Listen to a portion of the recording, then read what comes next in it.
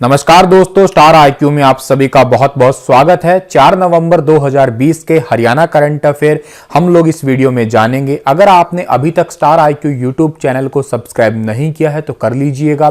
अगर आपको मेरे द्वारा पढ़ाए गए सभी लेक्चर्स का पीडीएफ फाइल चाहिए तो आप मेरे Telegram channel star IQ PDF को जरूर ज्वाइन कीजिएगा।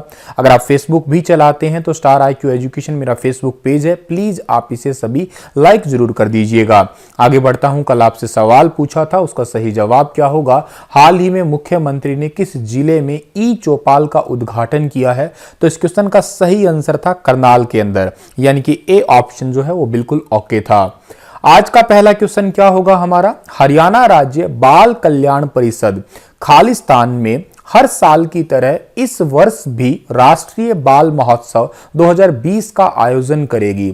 तो हरियाणा राज्य बाल कल्याण परिषद हर साल की भांति चंडीगढ़ के अंदर राज्य बाल कल्याण परिषद चंडीगढ़ जो है वो हर साल की तरह राष्ट्रीय बाल महोत्सव 2020 का आयोजन करेगी। और ये इंटरेस्टिंग सी बात है और इसमें हर साल बच्चे जो है वो बढ़ चढ़ के हिस्सा लेते हैं, लेकिन इस बार में थोड़ा सा यूनिक है। क्या यूनिक है सर? क्योंकि पैंडेमिक सिचुएशन चल रही है और सोशल डिस्टेंसिंग एक वर्ड है, उसको प्रॉपर फॉलो भी करना जरूरी है गवर्नमेंट गाइडलाइंस के तरीके से देखा जाए तो इस बार क्या होगा, ये सारी की सारी परियोजनाएं हैं वो डिजिटल मंच पे होगी, यानी कि ऑनलाइन तरीके से होगी।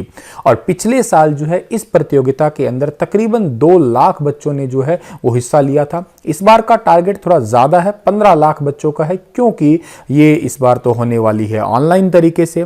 इसमें इस प्रतियोगिता में ना 6 महीने से लेके और 18 साल तक के बच्चे जो हैं इसमें हिस्सा ले सकते हैं। 23 प्रकार की इसमें प्रतियोगिताएं हैं और इसमें 73 ग्रुप्स को जो है अलग अलग तरीके से डिवाइड किया गया है। इसके अंदर तकरीबन एक पोर्टल भी जारी किया गया है, इस पोर्टल के ऊपर रजिस्ट्रेशन वगैरह करवाया जा सकता है। तो आगे बढ़ते हैं, 10 नवंबर तक की रजिस्ट्रेशन डेट भी है। अगला क्वेश्चन है हमारा, हरियाणा राज्य में सर्दी की दस्तक त्योहारी सीजन के साथ जिलों में कोरोना के बढ़ते मरीजों को देखते हुए सरकार ने हर जिले में कितने दिनों का विशेष अभियान चलाने के आदेश दिए हैं? जैसा कि आप सभी को पता है कि सर्दी की दस्तक आ चुकी है, एंट्री हो चुकी है और इवन आप लोग न्यूज़ में भी जान रहे होंगे और खुद भी फील कर रहे होंगे कि अक्टूबर महीना पिछले 4-5 सालों के मुकाबले काफ़ी हद तक ठंडा है। न्यूज़ वाले तो कह रहे हैं कि पिछले 6 सालों में भी अब तक का सबसे ठंडा अक्टूबर का महीना गुजर रहा है और ये चीज़ हम फील भी कर रहे हैं। त्यौहार का सीजन आ चुका है और कोरोना का जो टाइम है वो चल रहा है, लेकिन फिर भी कुछ लोग जो होते हैं वो थोड़ी सी यूं कहिएगा आप लोग कि प्रॉपर नॉर्म्स को फॉलो नहीं करते। खैर चलो बाकी बातें ठीक है, लेकिन मास्क लगाना कौन सी बुरी बात है? लगा ले तो कौन सा पैसे लगते हैं। अच्छी बात यह बाहर की धूल मिट्टी शरीर के अंदर नहीं जाएगी। खैर वो नहीं लगाते, भीड़ भाड़ में रहते हैं तो कहीं ना कहीं ये संक्रमण फैलने का खतरा ज्यादा है। तो क्या है कि मरीजों की संख्या धीरे धीरे बढ़ रही है। इनको रोकने के लिए सरकार ने रिसेंटली आदेश दिए हैं कि हर जिले के अंदर जो है ना एक विशेष अभियान चलाया जाए। कितने दिनों का? 14 डेज का अभियान चलाया जाए। इस 14 डेज के अभियान में क्या होगा कि फ्री ऑफ कॉस्ट आरटीपीसीआर यानी कि रियल टाइम पॉलीमेर से चेन रिएक्शन, जिसमें हम लोग के क्या होता है कि नाक से या गले से सलाइवा, लाइक आप फोटो में देख पा रहे होंगे ना, ऐसे लार से टेस्ट किया जाता है। वैसे उसके रेट अभी रिसेंटली 900 रुपए जो है फिक्स किए गए थे, लेकिन ये 14 दिनों का एक विशेष अभियान होगा। किसके लिए? इस स्पेशली सीजन के दौरान। और इस अभियान को इवन शुरू भी कर दिया जा चुका है पानीपत जिले के अंदर 1 नवंबर से सबसे पहले। और आदेश किसको दिए सर? ये पब्लिक हेल्थ सेंटर्स जो होते हैं ना गांव के अंदर, उनको या ग्रामीण पंचायतों में या छोटे छोटे कस्बों में उनको आदेश दिए गए हैं कि 14 डेज का ये स्पेशल अभियान चलाया जाए। आगे बढ़ते हैं, अगला क्वेश्चन हमारा क्या रहेगा? हाल ही में अंबाला व जगाधरी रोड पे स्थित कब्रिस्तान में ऑल सॉल्स डे मनाया गया। इस डे का संबंध किस धर्म से है? Wow, what a very important question. इस क्वेश्चन को आप लोग हरियाणा सिविल सर्विस एग्जाम के लिए आर्ट एंड कल्चर के पॉइंट ऑफ व्यू से काफी इंपॉर्टेंट मान सकते हैं, क्योंकि ऐसे क्वेश्चन एग्जाम में जरूर पूछे जाते हैं। ऑल सॉल्स डे जो है ये क्रिश्चियन धर्म से रिलेटेड है और सी ऑप्शन जो है इस क्वेश्चन का हमारा वो बिल्कुल ठीक रहेगा। अब आपको मैं थोड़ा सा यहाँ पे बता देता हूँ। वैसे तो इस डे के अंदर होता क्या है, इसमें 2 नवंबर का दिन जो होता है ना इनका, वो सबसे पवित्र दिन माना जाता है। फादर एंथनी ने इसकी जानकारी दी है। 1 नवंबर को समुदाय द्वारा ऑल सेंट डे मनाया जाता है और 2 नवंबर को ऑल सॉल्स डे का जो है वो आयोजन किया जाता है। ठीक है, तो आप इस चीज को थोड़ा सा याद कर लीजिएगा। 2 नवंबर को ऑल सॉल्स डे होता है और 1 नवंबर को समुदाय द्वारा ऑल सेंट डे सेलिब्रेट करते हैं। मनुष्य का शरीर है पवित्र होता है और मरने के बाद कब्रिस्तान में उसे दफनाया जाता है, इसलिए कब्रिस्तान को चर्च के बाद में और भी पवित्र स्थान के रूप में माना जाता है, जहां ऑल सॉल्स डे के रूप में प्रार्थना की जाती है। एक आपको बात बता देता हूं, बहुत इंपॉर्टेंट बात है कि फ्रांस में सबसे पहले ऑल सॉल्स डे जो है इसकी शुरुआत हुई थी। तो ये काफी इंपॉर्टेंट है। इस दिन होता क्या है कि जो भी लोग मर जाते हैं उनके परिजन आते हैं और यहाँ इनकी जो कब्रिस्तान होती है उसकी साफ सफाई करते हैं, उसकी पूजा करते हैं। ठीक है, तो चलिए आगे बढ़ते हैं। अगला क्वेश्चन हमारा है कि सीनियर आईएएस अधिकारी अनीता यादव ने सोमवार को रोहतक मंडल के आयुक्त का पदभार संभाल लिया। अनीता यादव कौन से साल की आईएएस अधिकारी है? तो अनीता यादव जो है वो साल 2004 की आईएएस अधिकारी है और इन्होंने अभी रिसेंटली रोहतक मंडल के आयुक्त का पदभार संभाला है, जो आपको फोटो में दिखाई दे रही हैं। इनसे पहले ये मेवात के डेवलपमेंट एजेंसी के सीईओ थी। उनके बाद में अभी रिसेंटली ये Haryana institute of public administration, जिसको हम हिपा भी कहते हैं, इसमें एडिशनल डायरेक्टर पद पे थी और अब ये रोहतक मंडल की आयुक्त बन चुकी है। ठीक है, तो इतनी बातें आपको याद रखनी है। अब यहां से एक सवाल और भी बन सकता है, वो क्या बनेगा? वो ये बनेगा कि हरियाणा में अब कितने मंडल है? तो हरियाणा के अंदर आपका एक मंडल है अंबाला, दूसरा फरीदाबाद, तीसरा गुरुग्राम, चौथा हिसार, पांचवां रोहतक और छठवां कौन सा है? करनाल। और रोहतक के अंदर ज्यादा जिले ही आते हैं सबसे ज्यादा, जिसमें झज्जर है, दादरी है, रोहतक है, सोनीपत है और भिवानी है। 5 है इसके अंदर आपके। ठीक है, 1 नंबर झज्जर है, 2 नंबर दादरी है, 3 नंबर रोहतक है, 4 नंबर सोनीपत है और 5 नंबर भिवानी है। अंबाला के अंदर कितने हैं? अंबाला 1 हो गया, कुरुक्षेत्र 2 हो गया, पंचकुला 3 हो गया, यमुनानगर 4 है। फरीदाबाद 1, पलवल 2, मेवात 3, गुरुग्राम में 1 गुरुग्राम, महेंद्रगढ़ 2, रेवाड़ी 3 और हिसार में फतेहाबाद, दूसरा जींद, तीसरा हिसार और चौथा सिरसा। और करनाल के अंदर करनाल, पानीपत और कैथल। तो आप खुद देख पा रहे होंगे सबसे ज्यादा, यानी कि नंबरिंग के हिसाब से बात करें तो 5 जिले अकेले रोहतक में आ रहे हैं। हरियाणा के किस जिले में 20 साल से सहायक संपदा अधिकारी पद की पावर इस्तेमाल कर रहे हैं ईओ?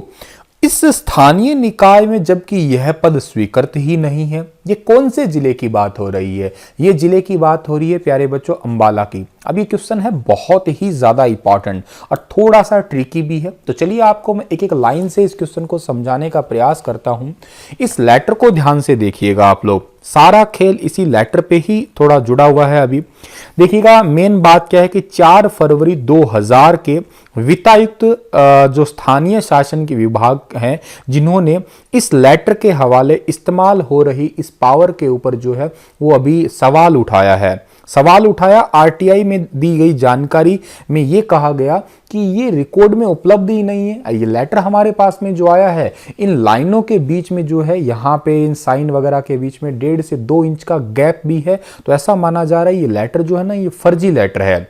थोड़ा सा समझिएगा इसको आप लोग। मैं आपको एक एक चीज से समझाने का प्रयास कर रहा हूं कि अंबाला सदर निगम परिषद के कार्यकारी अधिकारी, जिसको हम लोग ईओ कहते हैं, एक्साइज एरिया के सहायक संपदा अधिकारी के तौर पे जो है वो पावर का इस्तेमाल कर रहे हैं। मतलब उस पावर का इस्तेमाल कर रहे हैं, लेकिन ये पावर कहीं पे भी रिकॉर्ड में उपलब्ध नहीं है और ये स्वीकृत ही नहीं है। ये तो बात हो ही गई। अच्छा, आरटीआई क्या होती है आप जानते होंगे। आरटीआई का मतलब होता है राइट टू इंफॉर्मेशन, जिसमें आपका पास में राइट होता है, अधिकार होता है किसी भी इंफॉर्मेशन, सूचना को लेने का। इसमें शहरी स्थानीय निकाय विभाग के अवर सचिव ने कहा कि जानकारी जो दी गई है ये बिल्कुल ही मतलब झूठी जानकारी है। इस पावर का कोई भी तोल है ही नहीं, ये पावर है ही नहीं, तो इस्तेमाल कैसे हो रही है ये? फरवरी 1977 में अंबाला कंटोनमेंट से अलग होकर बने सदर नगर परिषद में 1065 एकड़ का एक्साइज एरिया बना और इसी एरिया में सरकारी प्रॉपर्टी, ऑल्ड ग्रांट, लीज, ये प्रशासन का जिम्मा जो है संपदा अधिकारी या स्टेट ऑफिसर, जिसको हम लोग ईओ के नाम से पुकारते हैं, इन्हीं के पास में होता है। ठीक है, 1977 से 1998 के तक जो है स्टेट ऑफिसर का पद नहीं था, मतलब ईओ का पद था ही नहीं। 1998 में डीसी को स्टेट ऑफिसर का अतिरिक्त चार्ज दे दिया गया। इसके बाद फरवरी 2000 के बाद स्टेट ऑफिसर और जो ऑफिस में सहायता के लिए सदर नप के ईओ सहायक संपदा अधिकारी के रूप में पावर का इस्तेमाल करते आ रहे हैं। अब ये करते आ रहे हैं, लेकिन अभी तक फाइनल कुछ नहीं है कि ये बात रिकॉर्ड में है कि नहीं है। इसलिए आरटीआई में पूछा तो ये लेटर जारी कर दिया 4 फरवरी 2000 वाला, लेकिन इस लेटर से ये साफ जाहिर हो रहा है कि ये बिल्कुल सच्चा लेटर नहीं है। आरटीआई के तहत 27 मई 2020 को जवाब में लिखा गया पत्र कार्यालय में अभी उपलब्ध है ही नहीं, तो आप ऐसे कैसे मान सकते हैं? और जब ये पद ही नहीं है तो ईओ इस पावर का इस्तेमाल कैसे कर सकते हैं? ये एक बहुत बड़ा सवाल है। अब आपके मन में आ रहा होगा, सर ये पद कितना का इंपॉर्टेंट है, मतलब कितनी की पावर है इसके पास में? तो देखिएगा, मैंने अभी आपको क्या कहा कि 1977 में जो कैंटोनमेंट बोर्ड है उससे अलग होकर सदर नगर परिषद का गठन हुआ। इस एरिया में तकरीबन 10,000 एकड़ जमीन में से 1,065 एकड़ एक्साइज एरिया बन गई थी। सरकार की इस जमीन में अभी मैंने आपको बताया कि ऑल्ट ग्रांट की प्रॉपर्टी, बंगले, लीज की जिम्मेदारी, इन सभी के लिए एक प्रशासक लगाया जाता था। 1987 में पहली बार नगर परिषद सदन का चयन हुआ और इसकी जो पावर है वो ईओ के पास में चली गई, स्टेट ऑफिसर के पास चली गई। 1998 में डीसी को एक्साइज एरिया के संपदा अधिकारी का अतिरिक्त चार्ज मिल गया। इसी साल जुलाई में डीसी की बजाय कैंट एसडीएम को संपदा अधिकारी की पावर मिली। एक्साइज एरिया में बहुत से ऑल्ट ग्रांट प्रॉपर्टी की लीज खत्म हो गई और ऐसे में प्रॉपर्टी मालिकों को नोटिस जारी करना मलाई में हाथ डालने जैसा ही होता है, क्योंकि प्रॉपर्टी के अंदर जो है पैसा बहुत ही ज्यादा होता है। तो ये एक बहुत बड़ा सवाल है। अगर आप सिविल सर्विस एग्जाम की तैयारी कर रहे हैं तो यहां से आपको जो है कहीं ना कहीं कुछ चीजें लिखने को जरूर मिलेगी। मेंस के पेपर में आपको बहुत मदद मिलेगी। करंट अफेयर का काफी हद तक इंपॉर्टेंट चीजें हैं ये। लेट्स सी इसके बाद में और क्या डिटेल होती है, आगे क्या इसका निचोड़ निकलता है, वो भी आपको मैं अपडेट कर दूंगा। ठीक है, आगे बढ़ते हैं। अगला क्वेश्चन हमारा कि हाल ही में किस राज्य सरकार ने चीनी पटाखों के आयात या बिक्री को दंडनीय अपराध घोषित किया है? तो ये राज्य हमारा हरियाणा ही है, यानी कि सी ऑप्शन जो है इस क्वेश्चन का हमारा वो बिल्कुल ठीक रहेगा। हरियाणा राज्य ने ही क्या कहा है कि चीनी पटाखों का एक बहुत बड़ा कारोबार है, जो कि दिवाली, गुरु पर्व या वैवाहिक समारोह के अंदर जो है हम लोग विशेष रूप से लेके आते हैं, लेकिन चीन की चीजों को हम लोग अभी बहिष्कार ही कर रहे हैं। इस वजह से हरियाणा ने कहा है कि चीन से आयातित पटाखे को रखने या बेचने पर दोनों ही जो है अवैध होगा। अगर कोई ऐसा मिल जाता है तो उस पर सख्त से सख्त कार्रवाई की जाएगी। पटाखों की बिक्री करने के लिए ना वैसे स्पेशली आदेश लेना पड़ता है, लाइसेंस लेना पड़ता है। ये लाइसेंस जारी कौन करता है? पेट्रोलियम एवं विस्फोटक सुरक्षा संगठन के द्वारा जारी किया जाता है और केंद्रीय वाणिज्य मंत्रालय द्वारा इसमें यह कहा गया है कि भारतीय ट्रेड के अंदर जो ये पटाखे होते हैं ना, इसमें हार्मोनाइज सिस्टम के तहत आते हैं और इसलिए इनका जो आयात है ना वो प्रतिबंधित है। तो इनको मतलब आयात करना गलत है फिलहाल के लिए। बात हरियाणा की कर रहे हैं हम लोग, तो हरियाणा को आप मैप में देखिएगा। हरियाणा की राजधानी चंडीगढ़ है। राज्यपाल का नाम सत्यदेव नारायण आर्य है। पॉपुलेशन 2.54 करोड़ है। मुख्यमंत्री का नाम मनोहर लाल खट्टर है। हरियाणा की स्थापना कब हुई थी आप सभी को पता ही है, खैर 1 नवंबर को हुई है, 1966 में हुई है। आगे बढ़ते हैं। अगला क्वेश्चन हमारा, हरियाणा के बॉक्सर अमित पंघाल और संजीत कुमार ने हाल ही में फ्रांस में खेली गई एलेक्सिस वेस्टाइन इंटरनेशनल मुक्केबाजी टूर्नामेंट के अंदर निम्न में से कौन सा पदक अपने नाम किया है? तो इन्होंने अभी हाल ही में अपने नाम स्वर्ण पदक किया है, यानी कि सी ऑप्शन जो है इस क्वेश्चन का हमारा बिल्कुल ठीक है। और आपको फोटो में दिखाई दे रहे हैं, यही है अमित पंघाल और ये है संजीत कुमार। इन्होंने अभी रिसेंटली जो है स्वर्ण पदक हासिल किया है। दूसरी बात यह है कि अमित पंघाल ने 52 किलोग्राम भार के अंदर और संजीत कुमार ने जो है वो 91 किलोग्राम भार वर्ग के अंदर जो है ये गोल्ड मेडल जीता है। एशियाई खेल चैंपियंस में राष्ट्रमंडल खेल में रजत पदक विजेता है अमित। इन्होंने अमेरिका के रेने अब्राहम को 3-0 से हराया और इंडिया ओपन स्वर्ण पदक विजेता संजीत ने फ्रांस के साहिब बूफिया को हराया है। ये बात आप जरूर याद रखिएगा। थोड़ा थोड़ा इनके बारे में जान लेते हैं। जो अमित हैं ये 52 किलोग्राम भार के तो हैं ही, और ये हरियाणा के रोहतक के मयाना गांव के रहने वाले हैं। इनका जन्म 16 अक्टूबर 1995 को हुआ है। और बात हम लोग इनके जीत की करते हैं तो इनके पास में जैसे 2019 में इन्होंने सिल्वर मेडल जीता था वर्ल्ड चैंपियनशिप में, एशियन गेम में इन्होंने गोल्ड जीता था, उसके बाद कॉमनवेल्थ गेम के भी इन्होंने सिल्वर जीता, 2017 एशियन गेम्स में ब्रॉन्ज जीता, 2019 में गोल्ड जीता बैंकॉक में। तो ये चीजें आप याद कर सकते हैं।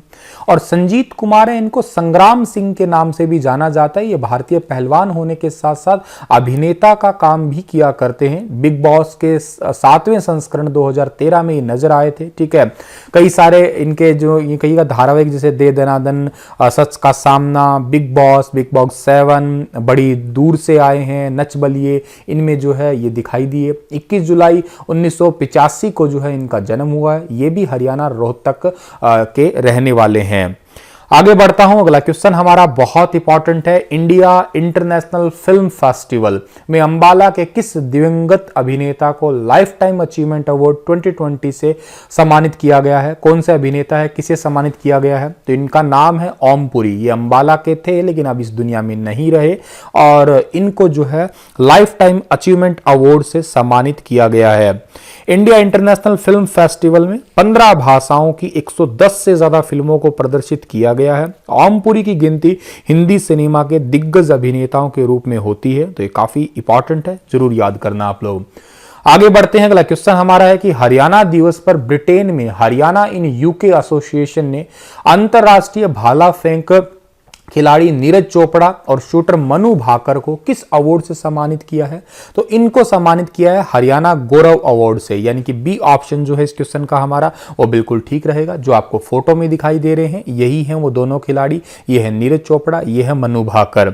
इन दोनों को ही एसोसिएशन के अध्यक्ष है कुलदीप अहलावत। इस पूरी एसोसिएशन के जो इसको ऑर्गेनाइज करती है, हर साल ऑर्गेनाइज होती है हरियाणा दिवस पे, ठीक है। और इस बार इनको मिला है हरियाणा गौरव अवार्ड। पिछले साल किसको मिला था सर? तो मुक्केबाज मनोज कुमार और अमित पंघाल, जो अभी आपको मैं अमित पंघाल पढ़ाया ही था, ठीक है। इस एसोसिएशन का काम इतना होता है कि भारत के अंदर हरियाणा का दबदबा दिखाया जा सके और बताया जा सके कि हरियाणा की क्या विशेष उपलब्धियां हैं। वैसे इस बार ये दोनों खिलाड़ी लंदन तो नहीं जा पाए इस पैंडेमिक सिचुएशन की वजह से, लेकिन इनको सम्मानित जरूर किया गया है। अगला क्वेश्चन हमारा क्या रहेगा? हरियाणा के हिसार के अंदर स्थित खालिस्तान कस्बे में टीलों के नीचे 8 से 6,000 वर्ष पुरानी सभ्यता के अवशेष मिले हैं। तो बहुत ही फेमस जगह है, रिसेंट भी इसका नाम आया था, आज फिर से नाम आया है, राखी गढ़ी। ए ऑप्शन जो है इस क्वेश्चन का हमारा बिल्कुल ठीक है, लेकिन आज थोड़ा सा विशेष तरीके से नाम आया है। यहाँ पे खुदाई के दौरान 10 सेंटीमीटर ऊंची ये टेराकोटा की मूर्ति मिली है। एक इतिहासकारों ने कहा कि इससे पहले हमें ये नहीं पता था, लेकिन ये मूर्ति जो है ये नमस्कार जो है मुद्रा की मिली है, मतलब इसमें हाथ जोड़े हुए टाइप की मुद्रा हमें प्रतीत हो रही है। और ये इससे पता लगता है कि जितने भी आपके क्या कहते हैं आर्य थे ना, वो विदेश से नहीं आए होंगे, वो भारत के ही रहे होंगे, ठीक है। 8,000 वर्ष पुरानी सभ्यता है ये नमस्कार मुद्रा वाली दुर्लभ मूर्ति, आज से पहले ऐसा नहीं मिला।